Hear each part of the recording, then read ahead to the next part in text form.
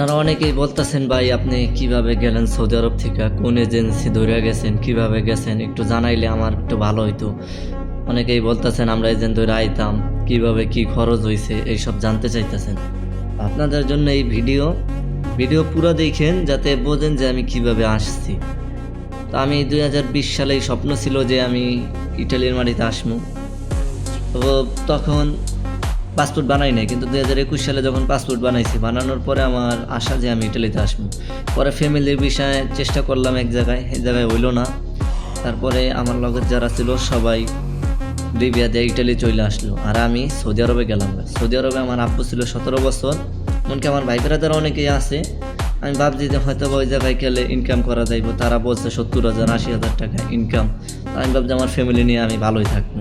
কিন্তু পরবর্তীতে যখন ওই দেশে যাওয়ার পরে যখন ক্যালারিংয়ের কাজে যাই, প্রচুর পরিমাণ পরিশ্রম, অনেক রোদের মধ্যে 50 ডিগ্রি 52 ডিগ্রি রোদের মধ্যে কাজ করা লাগে, নাকদা মুগ্ধ রক্ত পড়ে। ওই জায়গায় কাম করলাম প্রথম 2 মাস, ভালোই টাকা পয়সা কামাইলাম, বাড়িতে দিলাম।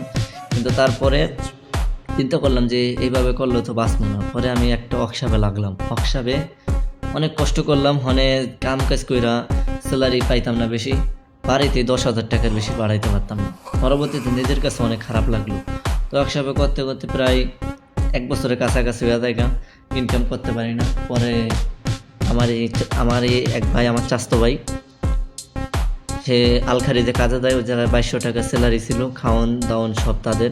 ওই জায়গায় কাজে দেয়, ওই জায়গায় যেয়ে একটানা 6 মাস কাজ করি। কাজ করার পরে ভালোই স্যালারি ছিল। তো এর মধ্যে আমি 2-3বার অ্যাপ্লাই করে লাইছি।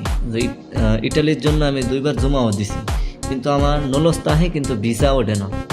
পরবর্তীতে আমি অনেক টেনশনে ছিলাম।